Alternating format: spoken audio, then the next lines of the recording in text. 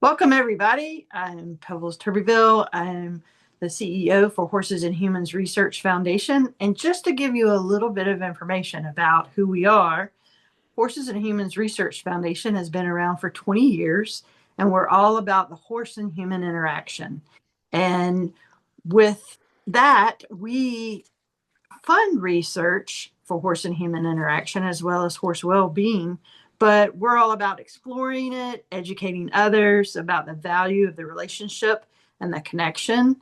And we hope that you can support research and education that helps both to thrive. So with that, I'm going to pass it over to Lori Rinker, who is our chat monitor today, and she'll introduce our speaker. Hello, everyone. Thanks for coming.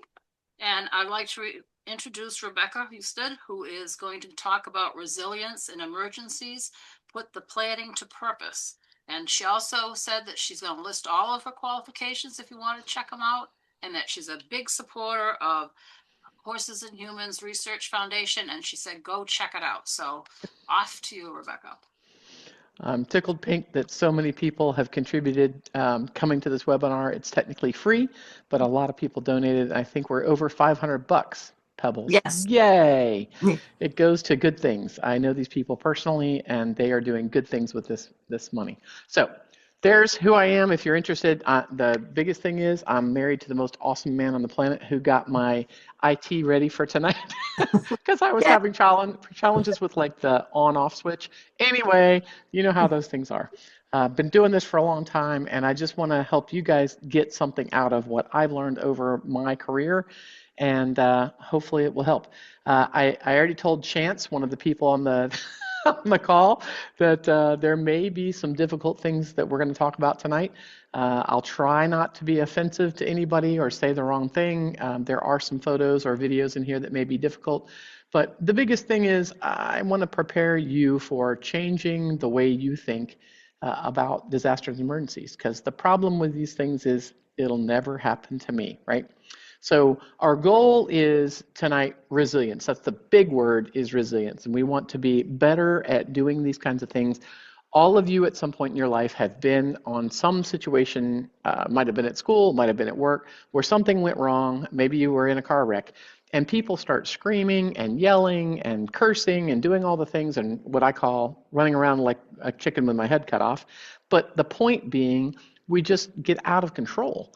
And it's pretty obvious to emergency responders when civilians that don't have any training in these things. So we want to try to stay calm. We want to try to have an organized response to things when they happen, because is this the worst thing that can ever happen, that your barns and sheds got flipped over by a little wind? Well, that's what he thought until the storm finally went by, and then he realized, oh my goodness, it's way beyond that. Now I've lost the barn too. So the whole goal for emergencies would be small things where a few animals are involved, or it's a small level thing. Disasters are much larger, and they involve larger numbers of animals. It starts involving you, your neighbors, and your community, maybe even like Hurricane Helene, your entire state. And we have to figure out how to respond in those kinds of things. So my plan for this presentation, when I talked to Pebbles about what we really wanted to do, was, why do we even plan for emergencies and disasters? I think that's going to show through the presentation. And how we build resilience really comes down to what we do every single day, the skills that we practice every single day with our horses, with other people, those kind of things. What is really good communication with my veterinarian, and what is a veterinary client-patient relationship? What does that mean? We'll discuss that. What is the most common actual thing that can happen to me? And I'll give you a hint. It involves your veterinarian. And then vital stats and vulnerabilities. Where do we have holes in our plans? For, if I have 6 horses, how do I handle my deal with 6 horses? Maybe you have 1 horse. Maybe you are volunteering in a barn where there's 40 horses. What do you do when you start getting larger numbers of animals and people involved? It can get very challenging, as we know. And then, of course, talking about the difference between evacuation and sheltering in place, making the decisions, do we stay or do we go? And there's good reasons to stay or go depending on what you're talking about. Safety meetings. Oh, my first spelling error. Of course, now I notice. Anyway, safety meetings. What is it and how can it help me? What are safety meetings? And then we'll talk about the basic skills that really should be trained, learned, and practiced. And the one thing I'm not going to talk about is right down here. I gave you a link to another YouTube, which is about trailer hitching and driving. It's not within the scope of this presentation, but those of you that know me know that I talk about trailer safety a lot, and there are other options. And if you can't find them, just email me. So the first thing we got to do is determine which person am I? Right? Because there's some people that say, I know my truck, I can make it to the next gas station. Yeah, I bet you they're not diesel owners, because diesel owners, we go, I'm down to half a tank, I better go get some diesel, right? But the corollary statement to the people that do this is they also often say, it'll never happen to me. And I go, well, it does. And it happens to good people too. People that are doing all the right things, just driving down the road, and somebody does something dumb and drives you off the road. Right now, these people lost some horses. The people survived, thank goodness. But you can imagine that must have been a terrifying trip off the road. And this is what the other side of the trailer looks like after they got all the horses out, and it's just awful. So it does happen to people who have a really good setup and they're doing all the right things and it's a beautiful day, and next thing you know, something happens and they're forced off the roadway. So I always use examples like this to get people thinking. So what is your mindset as far as disasters? And the first one is, if I go in your barn and it's like, everybody is just nice and quiet and we never scream and we never yell and kids are not allowed to make any noise, I don't really, I'm not complaining about that. I don't like to listen to kids anyway. But what I'm saying is, it shouldn't be quiet like a library or a church, because if that's the way you normally do things, then when you start getting a barn fire and you have to actually go into stalls and actually get horses out and deal with calling 911, telling them there's a barn fire, getting horses out, trying to make sure all the people are out and doing all those things, I don't know about y'all, but the average person is probably not going to be very quiet.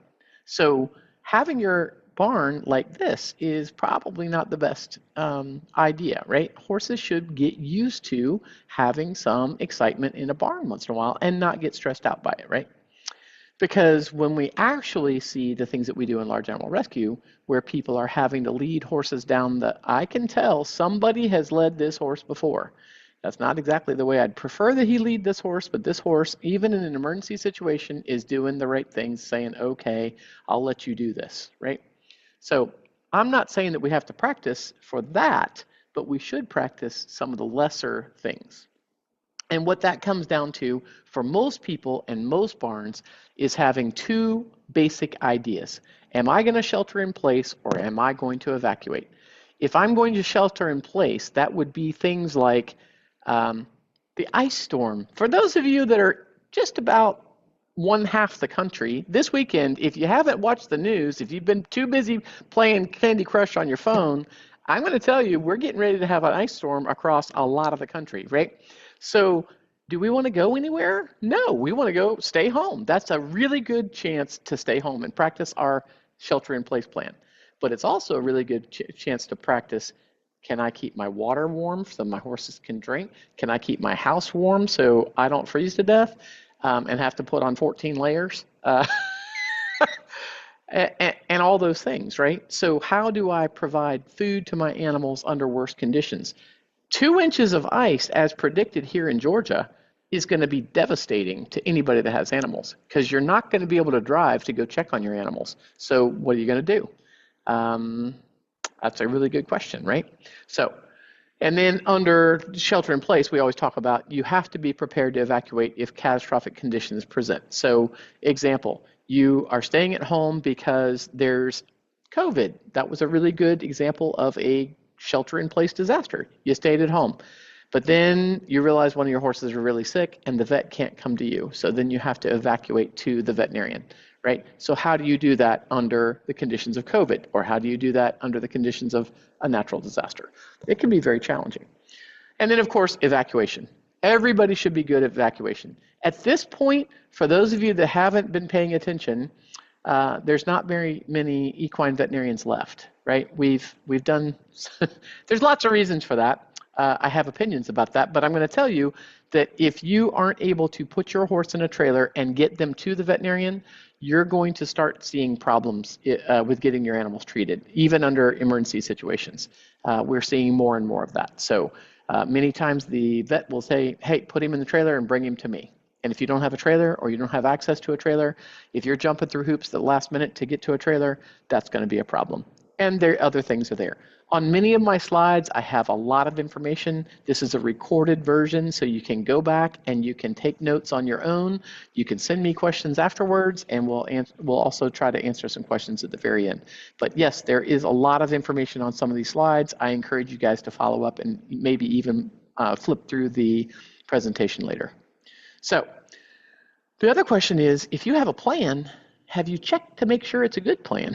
Because this guy really, this horse is drowning, and they're finally getting the horses on the trailer. And you notice the pony's like, let me on the trailer. I've been swimming around for a couple of days. I'm ready to get out of here.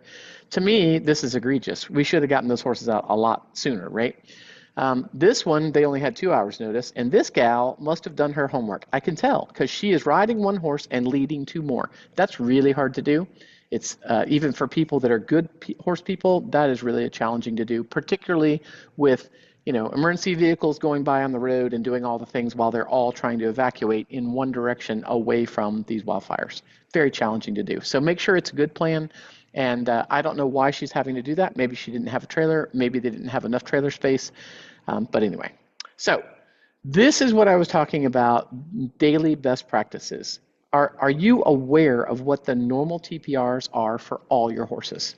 Veterinarians will encourage you to write them down at least once a year so you can compare over time. That way when you call the vet and say, hey, my horse's TPRs, your temperature, pulse, and respirations, are different. And they go, well, what are they normally? And you go, I don't know, right? And then, of course, we're also, while we're doing that, it's just like an insurance thing, we also take photos for proof of ownership. Why does that matter? If you have an Appaloosa, you ought to know. What your horse looks like when he's 2 is not what he's going to look like when he's 22, so you probably ought to get some updated photos. That's not so difficult these days. You have a computer in your hand with a camera on it. You can do those kind of things and keep them.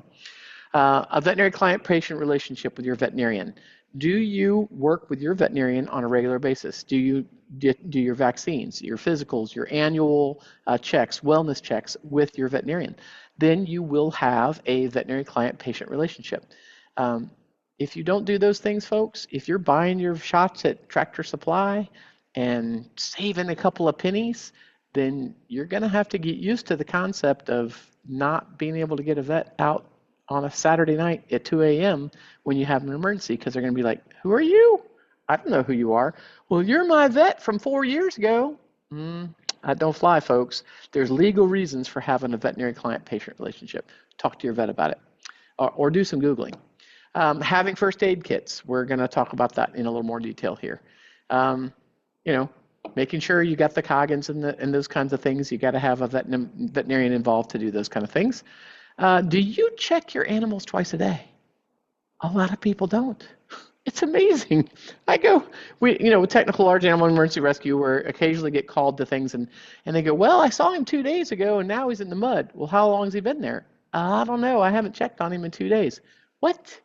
Who doesn't do that? I mean, even when I'm out of town, I pay someone to come to my place twice a day to check my horses. And I don't just mean check and see if they're there. I mean, actually check. Look at them. Make sure they don't have blood on them, that they're doing all the things, right? That's an important part of owning animals. One of the fundamental skills that we talk about, and you're going to hear me say it numerous times tonight, can you easily catch, lead? Will your horse stay untied? Can you load a horse on a trailer?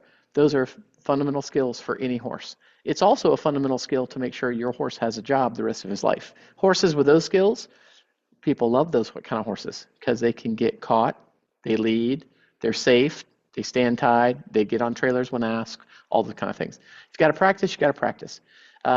Everybody should know how to drive your truck and trailer. If you have a truck and trailer Everybody should know how to do it, and they should know where the keys are for available for emergencies, because invariably it happens and you are out of town, or you are at the grocery store and something happened and your kid calls you and says, hey, so-and-so's got a laceration. They can, all the things. Maintenance on vehicles, again, out of the scope of this presentation, but you should be looking at those kind of things. Security, sadly, horses get loose, people don't have the right fencing, all those kind of things. Biosecurity, that's raised its ugly head on numerous locations lately. Animals have more than one form of permanent ID. I'm a big fan of microchips personally. I also back it up with a brand, a freeze brand, and then of course temporary ID for these kinds of emergencies too. We'll talk about those things. So I decided to show you guys pictures of what a real plan looks like. This is my horse Torque. This is 5 or 6 years ago. He had gotten his shots that morning. I get home, he's breathing hard. He does not look good. He is stiff and sore.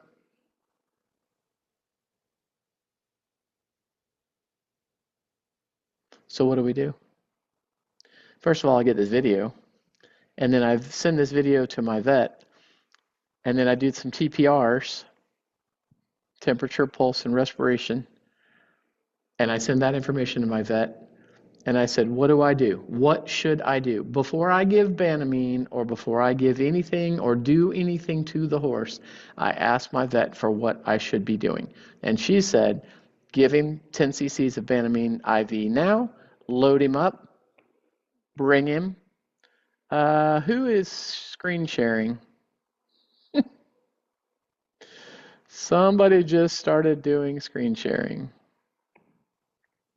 Replace current share. That's funny. I've never had that happen before.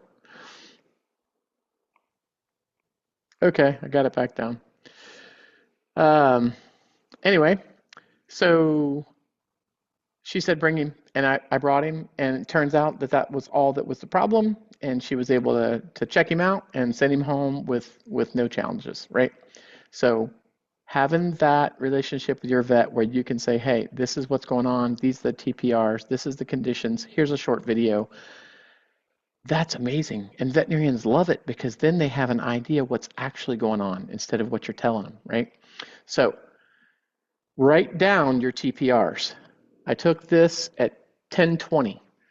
This was his temperature, pulse, and respiration. I took that temperature, pulse, and respiration 10 minutes later. This is what it was at 10:30. This is what it was at 10:40. Write it down. You will not remember. I can't remember what I had for breakfast this morning. You are not going to remember your TPRs, right? Send the information to your veterinarian. This is a fundamental part of first aid before you ever get the animal to the vet. Know how to give something. If they say give it oral route, if you're trained in how to do IV or IM, do it as directed by the vet. Do you have the right drugs? The number of people that call me and say, hey, do you have some Banamine? And I go, I do, but I'm not going to give that to your horse. I mean, unless your vet says you need to give it. And then you're going to have to replace my bottle of Banamine, right? And then farrier kits and all the things, right? And then the catastrophic part of first aid is, how do I do field euthanasia? And that's a hard part for a lot of people, but you're going to see in some of the situations that horses get into, we need to be able to do that. So my vet techs will tell you, and I've got a couple of vet techs on here, breathe and think. You can get a lot more information out of your veterinarian if you're able to breathe and think. If you're panicking, screaming, not able to answer questions on the phone to the veterinarian, that doesn't help anybody. So I usually tell people you can puke and cry later, but right now we got to have our head together, right? So what is in my horse first aid kit? I have several, and they're large bins and all the things, and I keep mine in the house so that they don't go bad, because if you keep them outside, sometimes they don't do well. They need to be in air-conditioned things, particularly things like drugs. I have my drugs in my refrigerator, and they are labeled, and they're always on the right-hand door, so my husband can find them, my caregiver can find them, all those kind of things if necessary, and that's prescription drugs that have been prescribed by my veterinarian. I have a kit with all the stuff, so it's easy to carry to the location wherever the horse may be on the property. I have another kit that's in my horse trailer with all the things that I might need while I'm out on a trail ride or whatever, right? And it's grab and go kit. So it's big enough that I can just grab it and go. This is for emergency use, obviously some kind of a weapon if we end up having to euthanize something. And this is often important. Ibuprofen for all the things that are going to happen to me, right? What's in my kits? A farrier kit.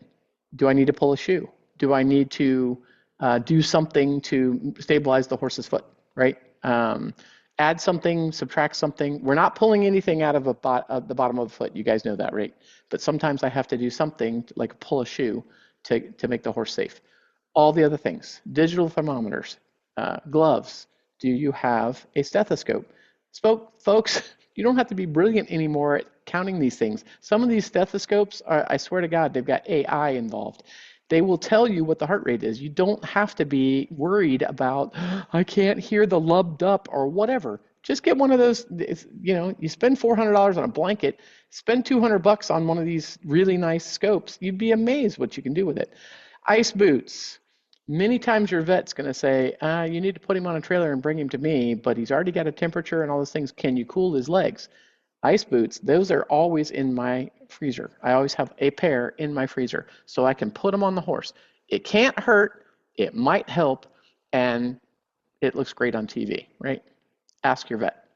And then all the other things. I do not have children, but I do have diapers because thou shalt have diapers and gloves and wraps and all the things, whatever the vet tells you to do to stabilize the injury. And then all the things, syringes and needles and those kind of things that you might need, the standard things. Ask your vet what needs to be in your kit. You can buy all kinds of crap online that you're never going to use. Ask your vet what you actually need in your emergency kit that you might actually use. Okay, getting off of that, let's talk about fundamental aspects of what we're going to do with our plan that affects us. The biggest thing being, I'm out of town. I travel a lot. For those of you that don't know me, I travel a lot, and my caregiver, which may be my husband or it may be a girlfriend of mine that takes care of our horses when we're gone, we've done a lot of training together so that she knows everything that we need to do for our horses, and including if they need to be euthanized, how to do it, how to get the keys to my truck. I always leave my truck and trailer hitched so that she can take it to the vet, all those things. And then the thing is, particularly if you're running a large facility, what happens if a horse gets stolen or escaped? Have you done the paperwork? It's amazing how many horse people don't have paperwork. They don't have contracts. They don't have any of the things to cover their rear ends when it comes to stolen, escaped, things go wrong, horses fall out of the trailer when they're transported, you don't have a contract. Just goes on and on and on, right? And especially if somebody's going to euthanize your horse while you're gone, you better have a lot of faith in that person and a lot of faith in the situation. And otherwise, they're going to wait a couple of days till you get home to euthanize it if they don't have a lot of faith in you and don't have a contract. So if you're a barn manager, I'm going to put the thing off on them, right? Instead of being the client, now you're the barn manager. So when you take someone else's horse into your facility, what are their expectations, right? Like normally, if I had my horse in your facility, I expect you to do all these things, right? But what happens if it's sick? What happens if it's dying? What happens if it's an insured horse? Do you have copies of the power of attorney, a credit card on file, the insurance company information? What first aid efforts do I want you to make, right? Contracts and waivers, work this stuff out. There's tons of stuff online as far as the legal part. I encourage you guys to do a little digging because that's an important part of this. So again, what does having a plan really look like? This is another one of my horses. She colicked last year. This is Ariel. She looks awful in this video. My girlfriend, where she's staying at a girlfriend's house as a buddy horse to one of her older horses, she got a hold of me and said, hey, listen, I've already sent these videos to the vet. I've already sent the TPRs and the vet is on her way. And we said, okay, well, we're getting in the truck. We're going to come over and help. So we got there about 15 minutes. The vet showed up after that. She gave her some drugs and fluids. We brought our horse trailer, loaded the horse on our trailer, and took her straight to the veterinarians. And she's fine, right? But that's a lot of communication to happen at 6 a.m., right? For some people, your phone doesn't go off because you have do not disturb on, right? Nobody can call you at 6 a.m. Those kinds of things can be challenges. So how do you do the communication? How does the vet already know who this person is that's giving information on my horse because it's owned by me? All those things get really complicated. So you got to consider some things here, like, do you have a credit card on file with my veterinarian so that she knows she's going to get paid when she provides whatever treatment to the animal, right? Does everybody know how to load the horses on the trailer? I've mentioned that a couple times. Do you have clear communication? You know, on my 30-year-old horse, am I going to have a leg fracture repaired? No. Am I going to do colic surgery? No. And that really comes down to a dollar value, folks, and I'm going to show you that here in just a second. In fact, I'll show it to you right now, right here. That is my horses. That's my 6 horses and what I'm willing to spend on my horses per horse.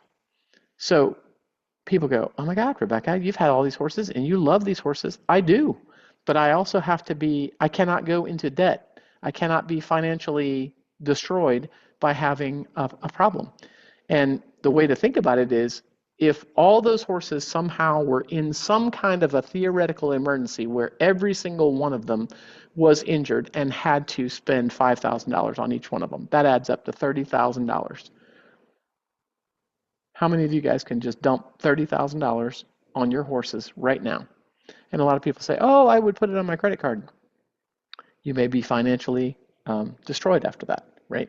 So we have to also think about our sanity and our health, mental health, and make these kinds of decisions ahead of time, right? So dollar values, document that with your veterinarian ahead of time. That way they know what they can spend even if they can't get a hold of you. What about insured horses? That becomes difficult. Like, the horse is not doing well and we have to make a decision. Now we have to get another veterinarian's opinion too. There's lots of rules for insured horses. You should know what those are, whether it's major mortality or whatever kind of insurance you have on your horses. You should read the fine print and make sure that your caregivers and your veterinarian know what the limits are for those kinds of horses, right? Power of attorney helps a lot, but you need to have that on a regular basis documented and get it updated. And that's not difficult to do, but it does take time, and it takes putting it on the calendar to make sure you do that once a year. I do that with my caregiver so that she can authorize euthanasia or authorize treatment for my horses if I'm not able, right? Just don't put yourself in financial ruin by failing to plan for emergencies while you're on vacation, et cetera. It's not worth it. I've heard the horror stories. I've heard the stories where people have left and the caregiver took the animal down and ended up getting some major treatment on it, and now there's a $20,000 bill at the vet for that animal, and they're like, oh my God, I can't afford that. And I go, well, there you go. So just believe me, it happens. So this is a recent one. There you go. That's Angel. She's not looking good. We don't know if it was choke or colic, what was going on here. She sent me this, sent this to my vet.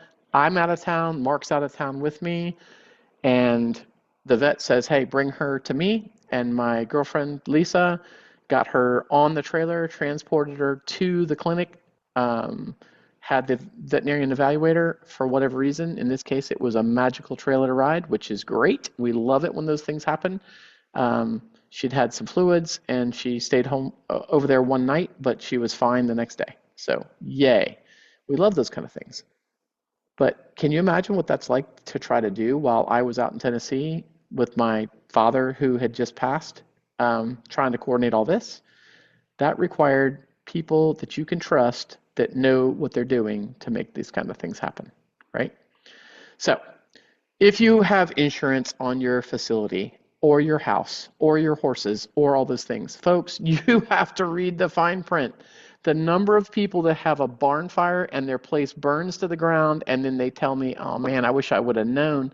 I got paid pennies on the dollar for what I've been paying on the principal all these years, right?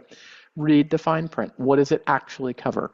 All the kinds of things. I'm not an insurance salesman and I'm not an insurance specialist. Find one. Have somebody that's a friend of yours that's in the insurance business read the fine print with you so you know what you're looking at. But I'll tell you, just a good example, civil ordinance coverage. Who had that before COVID? Very few people, right? Because they never imagined that a government act would prevent them from opening their business. And how many restaurants went out of business? Lots. Lots of horse businesses went out of business because people couldn't get to their horses, right? So take a look at your insurance. That's part of disaster planning, folks. People want to know the sexy stuff. This is the sexy stuff. You get this right, you can do things. There's a good example of COVID. Now your horses are in there and you're not allowed on the farm. This is a friend of mine up in Canada, and that's what they did. They blocked the driveway so you can't come in the farm and you're not welcome, right? Even if you own your own horses up there. And I don't blame them because we didn't know early March 2020, we didn't know what was involved with COVID. They didn't want you on the farm, right? So that comes down to taking a look at whether it's your home or your horse facility, looking at your vulnerabilities and what are your vital statistics. Take a look at you. Instead of looking around at everybody else, what's going on with you? Do you have a generator? Do you have solar backups? Do you have batteries enough for all your stuff? Do you have backups of your stuff up in the cloud? If your house or your barn burns to the ground, if you're going to lose everything, including what's on your computers, for a lot of people, that would be a big problem, right? So find an IT professional and get that done on a regular basis, right? Who hitches your trailer? Who does the maintenance? A lot of it comes down to attitude. How is your barn affected if power is lost for one day? For some of us, I don't have power in my barn. I don't have a barn, so who cares, right? But there's a big storm coming. I've got to have a plan because if my horses get wet at 36 degrees Fahrenheit and then they get soaking wet and then we get 2 inches of ice on top of that, that's going to be a problem for my horses because I don't have a barn. So now what are you going to do, right? Run-in sheds are great and all those things, but if the horses get wet, it may be a challenge. So we may have to look at using the B word, blankets, for a couple of hours or maybe a day to keep the horses warm before they get wet, right? There you go. Sorry about the B word. There you go. So little things like, can you get 15 gallons of water to your horse every day? That's really hard to do under conditions of ice and snow and wildfires and flooding and all the things where you don't have electricity. Water is one of those things we totally take for granted until it's not there, right? And then, of course, under duress, how long can you afford to feed other people's horses, right? The pandemic showed that. There was horses that were stuck at barns and people weren't paying their bills because they weren't getting paid because they'd lost their job. And now you're going to feed their horse for what, a month or 2 or 4? When are you going to get paid, right? So there you go. This is my example of what I call water math. Because if you really start thinking about it, it's a little bit challenging. So AAP, the American Association of Equine Practitioners, says the average idle horse needs 6 to 10 gallons of water daily to drink. And I say, you have never met the average horse because the average horse also wastes 5 to 10 gallons daily by pooping in the bucket, knocking the bucket over, splashing it out, soaking their hay in it, putting their muddy feet in it, knocking it over, whatever, right? So if they only use 15 gallons, that would be for 15 horses in an average size barn, that's 225 gallons of water, assuming they don't splash it or do anything else, right? If the numbers just get bigger and bigger. So now I'm going to tell you, here I am right now, I'm at my fire department. I'm a volunteer firefighter. We have trucks out there that carry 1,000 gallons. So if you call me and say, hey, Rebecca, I need you to bring a fire truck. Can you help? I've got this big horse barn and we don't have any water. Could you bring me some water? I say, sure, I'll bring you 1,000 gallons. Now what? What are you going to put it in? This is a 100-gallon tank, so you're going to need 10 of those. And I'm not going to drive from paddock to paddock. Sorry, folks. It's going to have to be in one spot, right? And that's 200 buckets, 5-gallon buckets. That to get 1,000 gallons would be 200 buckets. That's unsustainable, right? So we got to have a better plan, is what I'm trying to get to, right? And over time, if you're out of electricity and your pump doesn't work for a week, what are you going to do? because I'm not going to come back day after day to bring you water. I've got other people in the community that are going to be looking for the same thing. And oh, by the way, in my community, you have to pay for that water. So I'm going to send you a bill for that 1,000 gallons. There you go. All right, because way too many people took advantage of it when they were filling their pools. Sorry, but that's what happened. So what about biosecurity, right? What happens? You guys have been seeing the news. What's been going on with EHV1 and all those things? Barns shut down, veterinary clinics shut down, can't move horses, all those things. So if you're under an actual quarantine for 20 days or 36 days or whatever, how is that going to affect your daily business? If you're running a therapeutic riding center and nobody's allowed in or out, that's going to be a problem, right? And it could go on for a long time. So what resources do you have to deal with this? You better have a good relationship with your veterinarian to get really good advice so you can figure out what to do, right? Okay, so now we get to the safety meetings. This is one of my big things. People never have safety meetings, and I go, why? Because we have safety meetings at the fire department, we have safety meetings in many businesses, but why don't we do it at horse barns? Oh, because it'll never happen to me. It'll never happen here, right? Part of it is because we have to deal with all the other people that are at those barns, and some people don't like to admit that it could ever happen, right? So I will encourage you, if you are involved with a barn or other people in your barn, have a safety meeting. Educate people about the rules. Why do we have these rules? And sometimes what's really funny is if you look at the barn rules, which you guys should have barn rules, but if you look at your rules, sometimes you realize some of those rules are stupid rules. What's that rule for, right? So sane rules. What is our standard operating procedures? How do we do these kind of things? Do we make everybody that gets on a horse ride with a helmet? Well, why isn't Doodlehead wearing a helmet? You know, all those things. What is the rule? Personally, I think helmets are a very good rule, but anyway. And then, of course, trying to take it seriously. The problem becomes your perspective.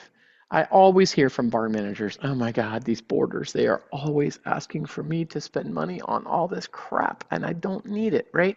And then I hear the other side from the boarders. The boarders are like, I have complained so many times, and I'm to the point where I'm going to leave because I don't think my horse is safe here, and I'm afraid that they're going to kick me out if I raise any concerns, but my horse isn't safe here. So that's two things. So how do we negotiate that? What we do is we have a safety meeting, we bring these kinds of things up, we identify the problem, and then sometimes, like a really good example is barn fans. Barn fans, the little cheap plastic barn fans, if you have them in your barn, I'm going to tell you, Lasco fans said, please do not put our fans in barns. They're not made for outdoor roofs. They will burn your barn to the ground. So the more expensive closed housing fans are about $140. A lot of people are like, oh man, I don't want to spend that kind of money. Well, if you make that a rule and everybody that comes to the barn has to have a $140 fan, and hey, guess what? We're going to buy them all at the same time. So we're going to spread the cost, and maybe because we're doing a bulk purchase, it'll be a little less. It's going to be $120. And then we're going to get an electrician in here to put them in correctly. Maybe that's a better way to do it, right?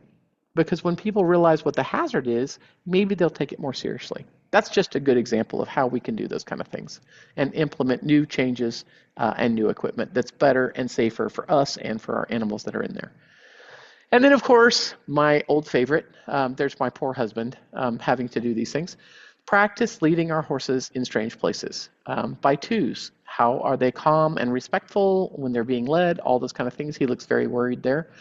You know, how many people, I was doing some training with the New York Mounted Police one time, and I told one of the guys, hey, go catch those two horses for me and bring them up here. And he went into vapor lock, like, whoa! And I was like, what do you mean? Come on, you got to lead two horses. You don't know how to do that? I have not been trained. So we worked on training them to lead two horses at the same time. Sounds ridiculous until you have to do it, right? How do you do that in a safe manner? And that's examples of them. Why do we have to do it? Because you can't predict the craziness that may happen. You have to lead your horse through water. You have to bring him out of a barn fire. You have to catch the horse in some strange situation where he's afraid and his buddy's moved, right? Teach your horse to tie. I'm not a big fan of hard tying. I like to have something breakable in the system most times, but teaching horses to hard tie is a skill, and we have to start with friends. We have to start doing it the right way, and then it makes it being alone being much easier because the horse has the skill and knows how to implement the skill, right? And then, of course, teaching people how to catch loose horses. That's fun. That's actually one of the biggest emergencies that we see from people is my horse has got loose. It happens all the time. I defy anybody on this call to say that their horse has never gotten loose. If you have horses long enough, they're going to get loose, right? Whether it's 10 feet from you or running down the road like this, that's loose if you don't have positive control of the horse. So teaching and practicing those catching and leading skills, it's amazing. Go to a show and watch people when horses get loose. They run around, flail their arms, scream and yell. It's just insane. And next thing you know, now there's 2 horses loose because something else is like, oh my God, I'm terrified. We got to get better. So we teach firefighters that don't know anything about animals how to catch horses. And then what we do is we teach them put a rope around the neck and walk. Because most horses, if you give them the motivation to walk forward, they will walk forward. Even if you smell like and look like Darth Vader and sound like Darth Vader, you can still catch a horse around the neck and walk with it, and it will follow your intention most of the time. If it doesn't, there's nothing you can do, right? Because the concept of being able to put a halter and lead rope on a horse in an emergency like this, where this is a practice, is really difficult to do. Firefighters have these gloves on that they don't have good dexterity. They can't see very well when they have the gear on. And of course, they're breathing like Darth Vader. That makes it very challenging to even get close to the horse. So we normally teach things like this. So can your horse be walked by using a rope around its neck? It's an essential skill to me. And then, of course, other things. Can you lead your horse from another horse? Can you lead your horse from a truck or an ATV or whatever, right?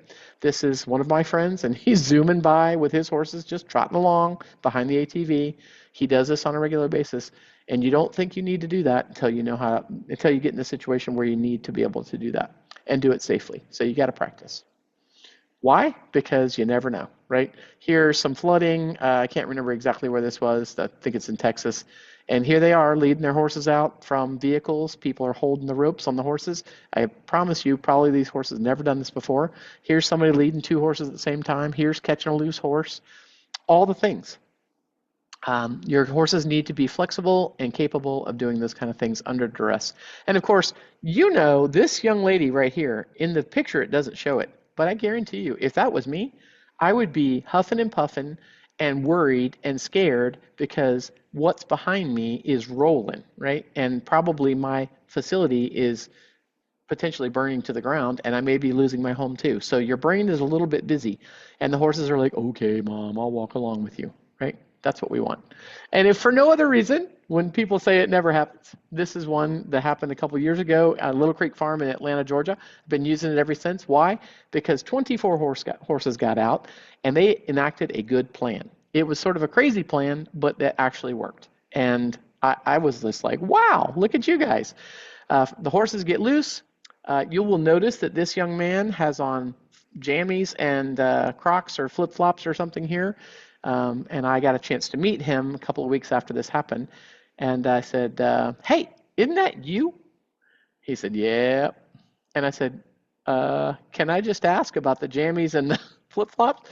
He said, well, ma'am, you got to understand what was happening was I was pouring the cereal in the bowl for the kid. And the kid is over there on the device, and she's looking at Facebook. And oh, my God, look at this. There's a video of horses running down the road, and she goes, Dad, that's my horse. He didn't have time to put on jeans, right? They jumped in the truck. They went to the location. Kids, parents, the cops, everybody is there trying to figure out what to do with these horses, right?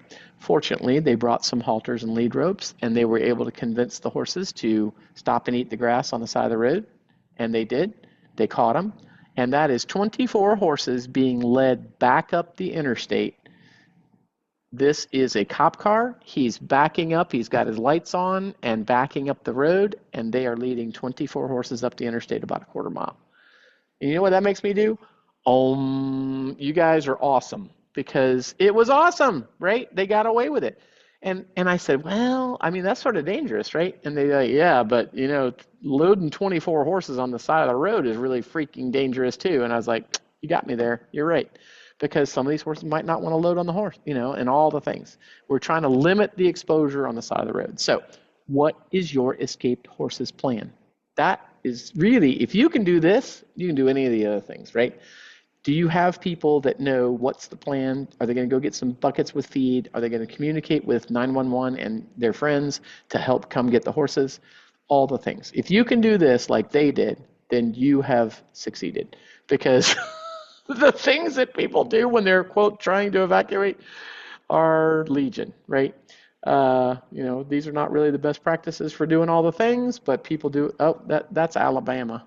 But there you go. It works until it doesn't, right? So what's the most common evacuation scenario? It's to a vet clinic. The animal is sick, the animal is lacerated, the animal's got some injury or whatever. You gotta teach people to load and unload safely. Folks, it makes me crazy. People say, oh, well, my horse, he does all this, pee-offs and pee-stoffs and slides and glides and all the things, right? And I go, that's nice. And can you catch him? Can you halter him? Can you lead him? Can you load him and unload him safely? To me, that's fundamental skills, right? Not just get in the trailer, but load in the trailer and be happy with getting in the trailer, right? And then, of course, taking care of the trailer. Because the pictures and the videos that I have, people shall remain nameless here, but, this is 2 FEI chicks. I don't know why they're wearing these things, and I don't know why they don't have on helmets, and this is the vet's hand on the horse's butt. That's a really good way to get kicked and really good way to get hurt and really good way to get a rope injury, right? This is a skill. We have to admit that trailer loading is a skill and get good at it so the animals it keeps them from getting killed. Folks, this just happened this week, right? 12-year-old gorgeous horse, right? And he escaped from the truck when they were trying to unload him, fell on a slippery surface, hurt himself so badly they had to euthanize him. That's horrible, right? Just horrible. And that's just one. I mean, people say, oh, well, my horse had a pasture accident. And I start looking into it and I start realizing it was a loading problem, it was an unloading problem, those kind of things, right? And why? Because we're setting up for failure. Can you guys see that this trailer is not big enough for this horse? But fortunately, it's a draft horse. Okay, I'll get in the trailer. No big deal. You can tell this horse is very patient. But that's not what it should be, right? We need to set them up for success. Get the right size trailer. Make sure you're not in the trailer with them. It's dangerous to horses. It's dangerous to you. It's fundamental to handling. And of course, you can save somebody's life. You can save their animal's life if they learn to do this well. So in every single disaster evacuation that happens from wildfires and flooding and everything else, there's stories of horses that were left behind because people couldn't catch them, couldn't put a halter on them, couldn't lead them, couldn't load them, and they had to leave them behind. That's horrific. And it's a mental health problem for both the responders as well as obviously for the animal, right? So it should be like this. It's part of your basic safety education for everybody that's at your barn. There should be no tolerance for horses that don't go in trailers by themselves, right? Or at least with a little bit of guidance. This is Rudy. And there he is going in, exploring the trailer and getting ready to get in it by himself, right? So do you need to host a trailer loading clinic? You should be good at it. Why is it that I go to barns and they have, oh, we got to load so-and-so. Let's go get Frank. Frank's the one that's really good at loading horses. And I go, why aren't you as good as Frank? I mean, you have the opportunity to learn too. Why don't you learn from Frank or learn from somebody else, right? And it shouldn't involve whips and brooms and a bunch of people chasing the horse in the trailer, right? It should be horsemanship. It should be training. And practice makes perfect, but you have to practice until you and your horses can't get it wrong. I want them to get on the trailer. So let's get into some more math. This is trailer space math. Because, I have 6 horses. So I'm obviously to have to go pick up Ariel. She's at another facility. But for the 5 that live at my place, this is what they're going to be doing, right? And I have the information for where's the keys to the hitch lock. How many of you guys have had that problem? Like, where's the dang keys, right? Do I need diesel or gas for these things? What else can I put in there? What is my load plan for this? In the military, we talk about load plans. What will go in that particular truck to the location? Why not use that idea for this? This is a load plan for our animals, right? And I'll give you a good example why. I have a stallion divider in my living quarters trailer. Angel has to go here. Why? Because if she can lean over, these are not stallion dividers, not full size. If she's in any of these other locations, she will lean over and bite somebody. She just will. That's the way it is. So she needs to be in the front where nobody else can get bit. Everybody else is perfectly capable of getting in the rest of the trailer. That's important. That's important for people to know, right? If we're going to actually evacuate. So when we're thinking about evacuation, we talked about microchips and the value of things like brands, but also things like how do we identify our animals? What are you going to do? Are you going to put something in their mane? Are you going to put, I like these things, they're really simple, something that fits around their neck, it's plastic, or has a Velcro closure on it with your information on it? This is an extreme example. You can use a, livestock crayon to put it on your horse. But hey, that might be important. Some people use something around the hoof. You can use that too. Lori Tankle's been using those. I don't care what you use as long as somebody can find it and you have a hidden ID on the inside of your horse and something on the outside to make it obvious, right? We could spend an entire lecture talking just about identification methods. So what are our keys to success? It really comes down to you got to go early. If you have to evacuate from an actual disaster, you need to be able to go early because you might have to come back for a second load. If you have to come back for a second load, that's going to be a big challenge. Sometimes in these things you can't go back. So the first load is the only one that can get out. That's terrifying to think of. But when you start talking about large facilities, you have to think about that. It's going to take a lot of people to move lots of animals. So who's your volunteers? Who can actually catch animals? Who can load animals? How many trailers do we have at the facility? Do we have fuel enough for these kind of things, right? Because once everybody realizes that there's a snowstorm coming, we fueled up yesterday. But once they realize there's a snowstorm coming, everybody's going to be at the tanks and there's not going to be any gas or diesel available at your local gas station, right? So that becomes a problem. And then, of course, your partners and pre-coordinated place to take the animals and all that stuff. Where am I going to take them? Am I going to take them to a public shelter? Am I taking them to a friend's house? Pebbles, I'm bringing them to yours. But really, a hurricane's coming and you live on the coast of South Carolina or Georgia, where are you going to bring your horses? They evacuated 17,000 horses out of Florida for one of the recent hurricanes. Crossed the border coming out of the state of Florida. So that's a lot of horses, right? And where are you going to go? Where are you going to put them? All of our shelters here in the state were full because horse people were moving to those kinds of locations. And when you go to those locations, what are the facilities that are set up? Obviously, this is for a large wildfire. This horse was affected by the wildfires and is set up in a public shelter. So they're getting veterinary care here. But what is the partnership ahead of time? Is your vet going to be at that shelter? Are they going to be able to get to that shelter? When you really start thinking about the scope of those things, it really gets huge. And I'm only going to talk about community level emergency management on this one slide. Do you know your local fire chief? Do you know your county emergency manager? And have you asked some really hard questions of them? Do they have a public shelter? Where is it? Where are they going to set that up? Who's responsible for it? Who is going to fund that? Who's going to pay for the shavings? Who's going to manage the donations? Who's going to make sure that there's security so nobody steals your horse when you put it in the public shelter and leave it for the night, right? Anyway, on a personal level, how are you going to get your fire chief interested in your challenges? So it's free. It's called a pre-plan. Hey, chief, I have a large facility and I have a bunch of kids in it because I do EAS of whatever level. And I need somebody to come help me with the safety of my facility. Can you please send someone to do a pre-plan? It's free. We do them here at the City of Gray Fire Department for lots of places. It's free. we don't tell you what to do, and you're not going to get a bill, and you're not going to get taxed. You're not going to get, I'm not going to look at you badly and say, shame on you. I'm going to try to help you. I'm going to say, hey, you need some emergency exits so that people can get out. I'm going to say, hey, you need some fire extinguishers here. Hey, do you have a smoke detector? Yeah, well, I can't use smoke detectors because it's an outside building. Yes, but there are some smoke detectors that you can use. All those things. Pre-plans. That's part of your emergency planning.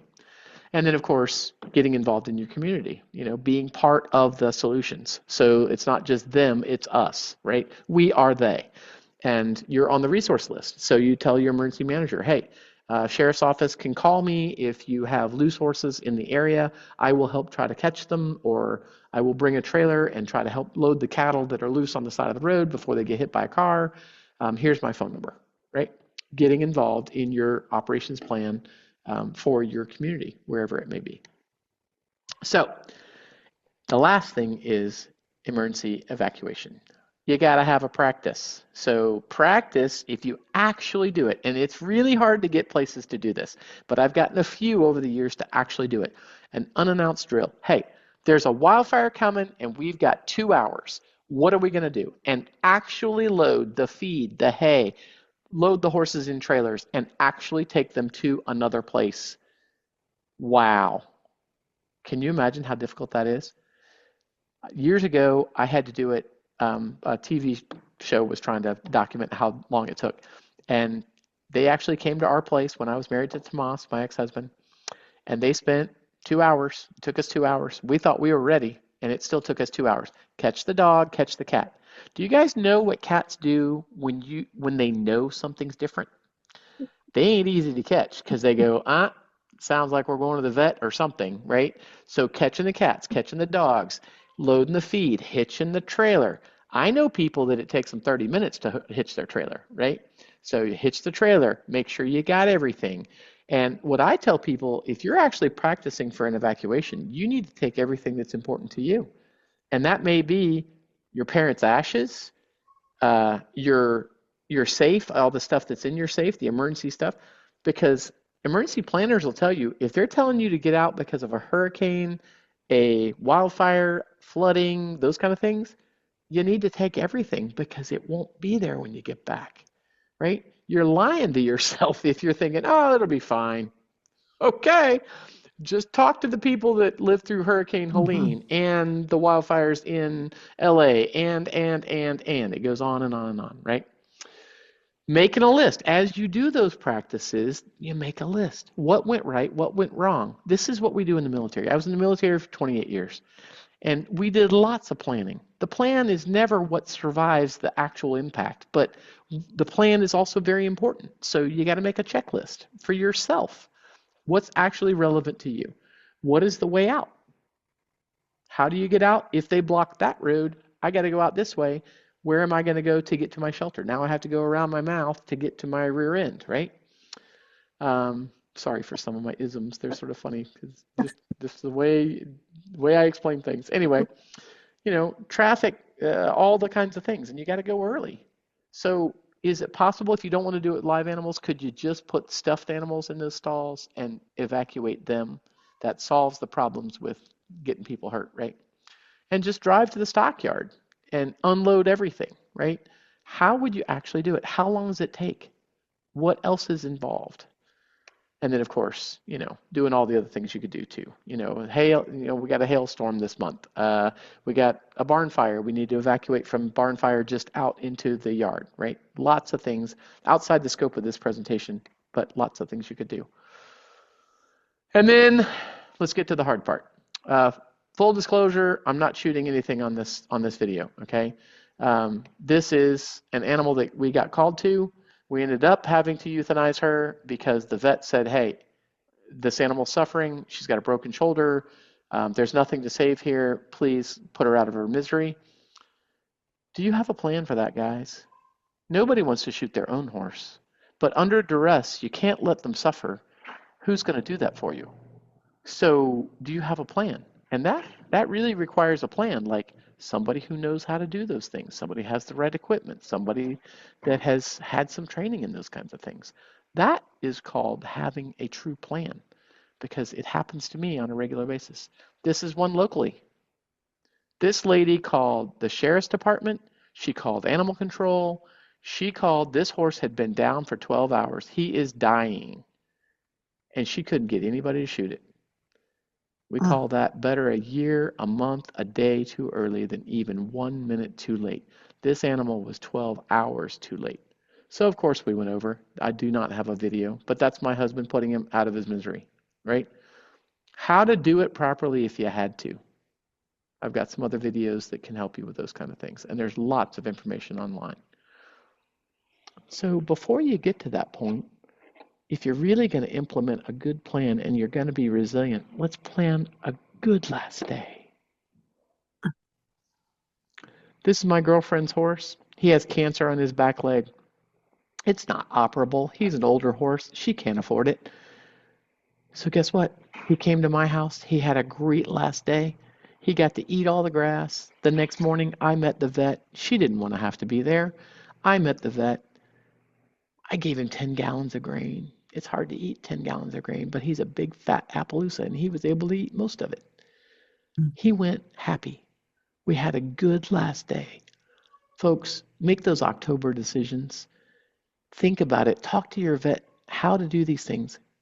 You wonder why vets are killing themselves? It's because they are overwhelmed with people asking them to save things that are beyond saving. Have a sane answer and have a very good last day. Because if we don't plan, this is the kind of thing that happens. This is just one example. There's many examples. I randomly picked this one. I'm not pointing fingers at anybody, but they had 500 horses on this facility. They had a big wildfire that started dropping cinders into the stalls. People were releasing horses. Horses are running everywhere. Horses ran into each other. They ran into other things.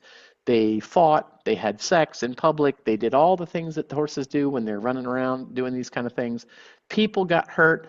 People had serious burns trying to save horses. No plan, no practice, no nothing. And how is that possible that we're allowed to do those things on these large facilities? That's sort of crazy to me. So particularly for barn fires, there is a free online assessment tool through University of Guelph and Equine Guelph. I work with them a lot, and it's free. And in about 20 questions, you can evaluate your own barn to see whether you've been doing all the right things for your barn. That's just one example of taking the planning and putting it into purpose for how you're going to react to these kinds of disasters. For those of you that may have huge challenges or small challenges, details that you want to know, that's my email. You can always send me an email and send me some pictures, trailers, vehicles, barns, whatever. I do tell people, if you send me something, don't get butt hurt easy, because if I tell you that it's a piece of crap, it's probably a piece of crap. I'm not going to tell you that otherwise.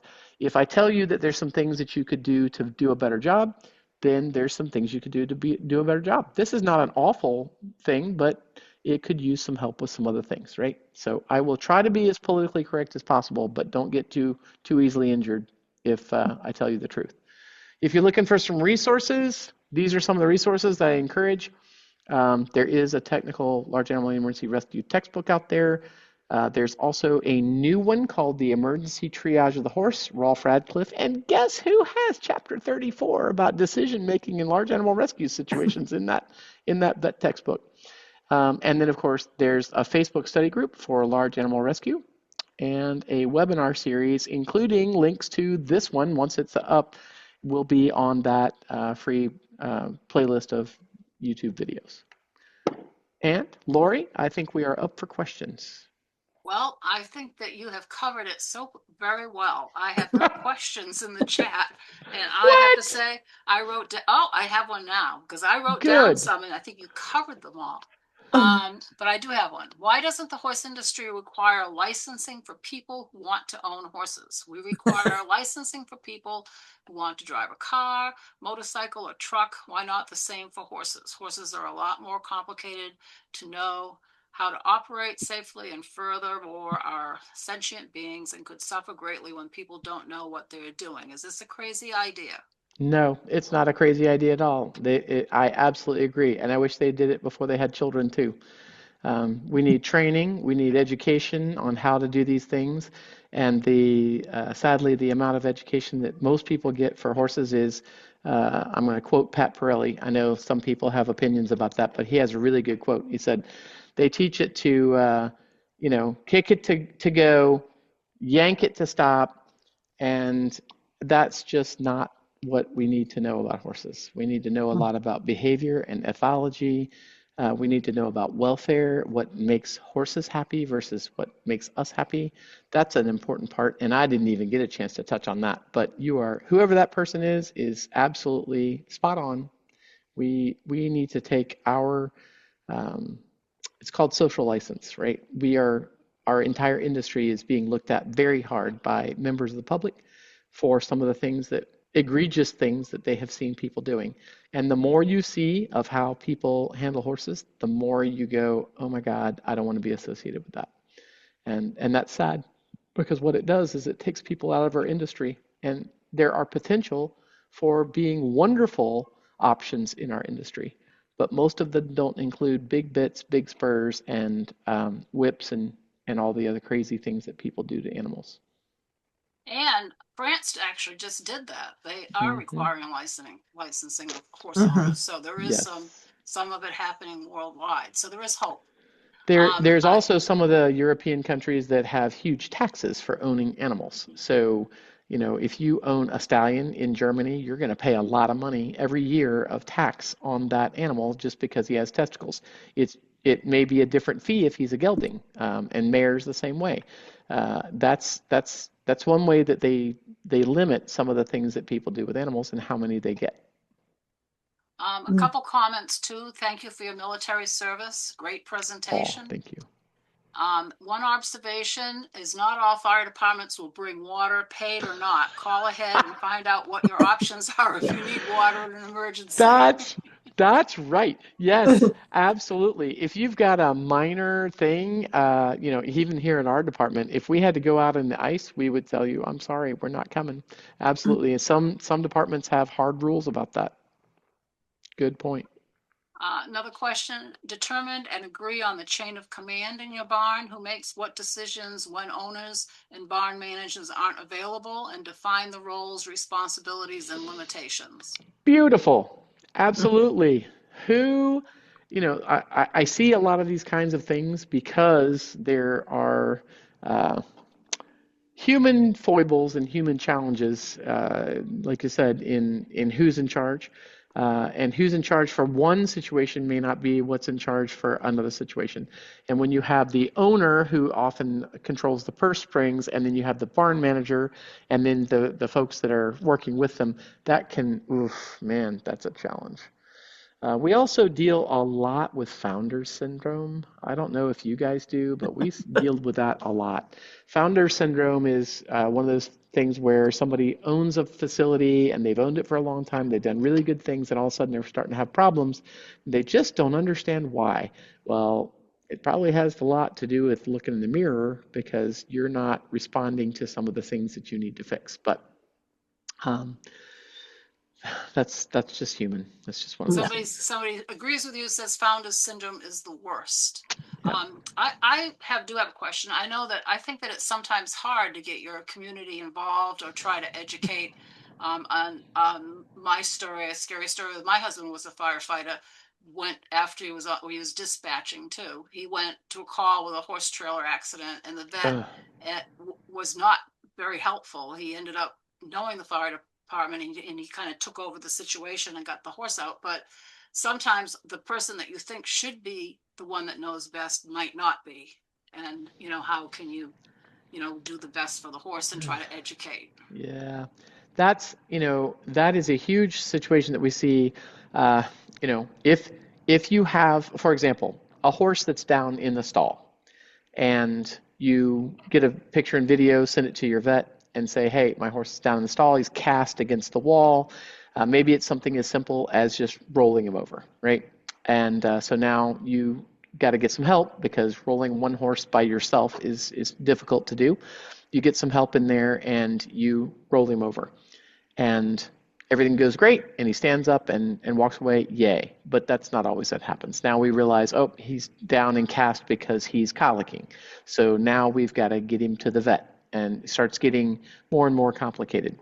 At what point do we say, the person that we call to get the animal out of the situation is, okay, well, it's now a 2,200 pound draft horse that's rolled like up against the wall. And there's a bunch of what I call skinny people at the barn that are, this big around and weigh 112 pounds soaking wet. So how many of you is it going to take to roll a 2,200 pound animal in the stall? It takes about 10. So now we say, oh, well, let's call 911. Let's get the fire department there. Well, once you call the fire department onto private property, they're going to tell you what to do, even if they don't really know what to do. And that's just the way it is, right? It's not wrong, but they're worried about your safety. They're going to say, hey, you don't have a helmet on. Why are you in that stall? Well, I own the horse. Too bad. Get out of the stall, right? People don't like those kind of things under duress, but the fire department is trained to handle the safety part first and prevent people from getting hurt instead of just adjusting to the response situation, whatever it may be. So I just have more comments that are thank you. I went to one of your clinics in 2013. This was a great refresher. Yay. Great presentation. It was very thorough. Yes. I thank you, Rebecca. I mean, I knew you were good, but I didn't know you were this good. Well, you had told me it helps a lot when you coordinate ahead of time and tell me what you're really looking for. So, yeah. And to the rest of you, I really appreciate all of you coming this evening and taking time out of your day. I hope you will, once we get this up on YouTube, that you will share it. You share it all you want and help other people make better decisions for their horses. Folks, we got to get better. I am on a passionate mission to try to make things better for people and for horses. And the way we make things better for people is doing the planning and putting it to actual purpose. Thank you again, Rebecca. We're signing off.